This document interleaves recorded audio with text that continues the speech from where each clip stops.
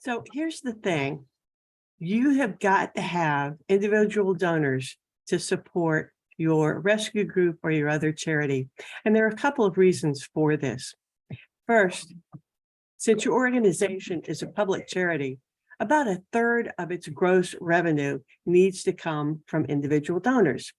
This is because it is a public charity.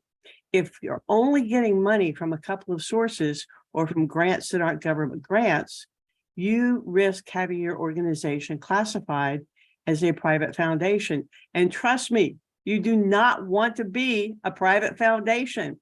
The paperwork alone is hell.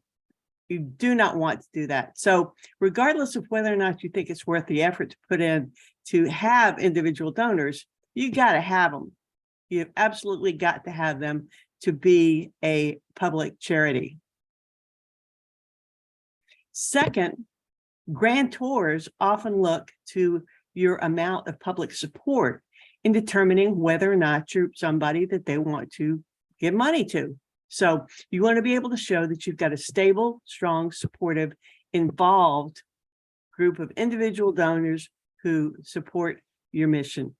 A donor base is also a great thing to have in terms of funding. We all know emergencies happen. You have a dog come in with a broken leg or other serious problem. You need a source of additional funding that's fast, that's relatively stable, and doesn't take a ton of paperwork to process. That is your group of donors. You need to be able to call out to them and say, hey, emergency, I need your help.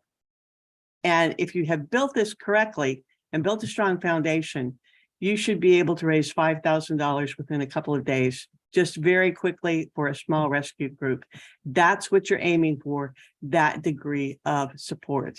And there's a lot to be said about having a group of people who agree with your mission and who are supportive of it.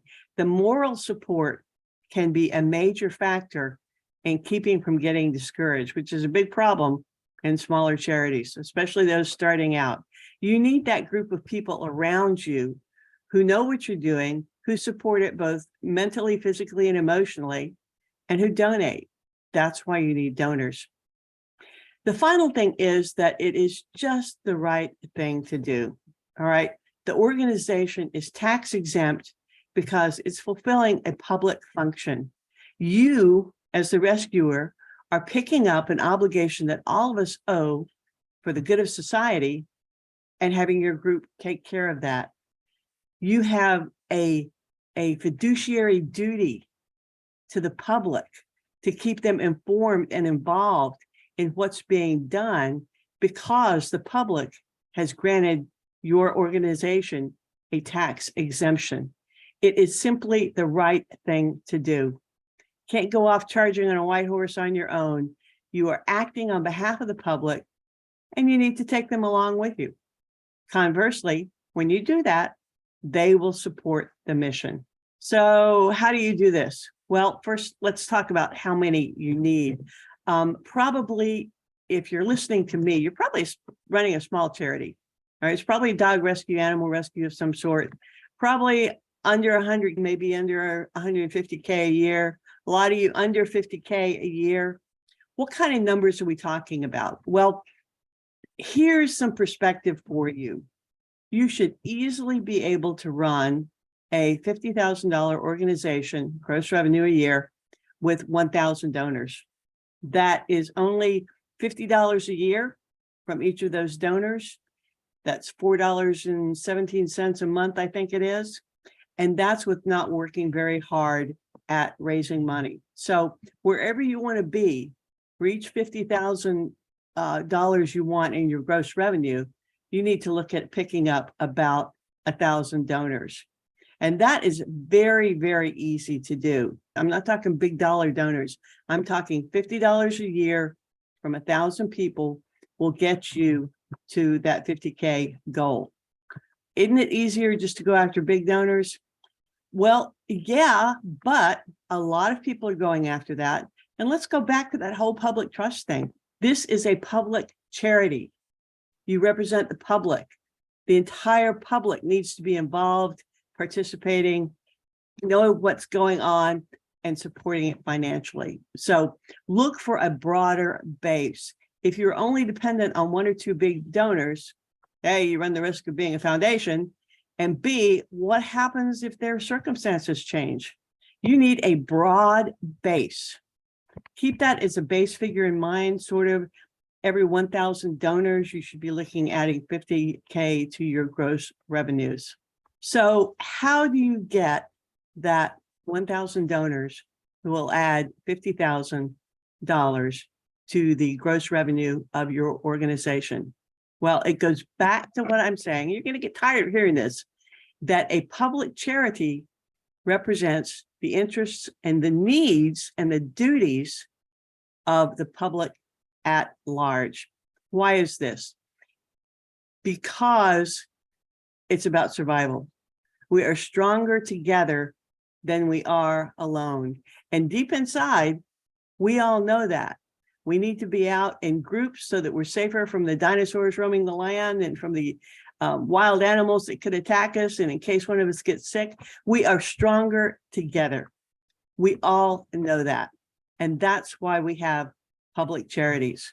So make the transition from thinking about begging or asking for money and reminding people that we are stronger together, that this organization is going to keep more of us alive longer.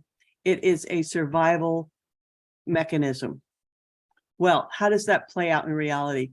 Sounds pretty esoteric, doesn't it? So the way you do this is that you make the situation, whatever it is, personal for the donor. It is about their experience, their survival, their feeling of belonging to an organization. This is why you can't settle for a newsletter once a quarter. You have to have more regular and more personal communication with the portion of the community that is directly supporting this mission. Make it personal. I think the best shorthand of this I ever heard was from Mark DeGrasse at Digital Marketer, when he said, we are all one serious car wreck away from having a profoundly disabled child. And you know that's true. You don't even have to be at fault. You can be driving down the road, heading off to shop or something like that. Bam, you get hit by a car, end up permanently disabled. Not your fault, nothing you did wrong, but all at once, you are the one in need of help. And this is true of everyone, no matter how well off they are, no matter who they are, how famous, how influential. We are all just one bad misfortune away from really needing the help that this charity will provide. So that's what you have to do. And there are a number of techniques for doing that. We'll cover those in a separate video. But for now, keep in mind those three things. First, you need individual donors. Second, it's about survival. Remind, don't beg. And third, make it personal. You'll get there.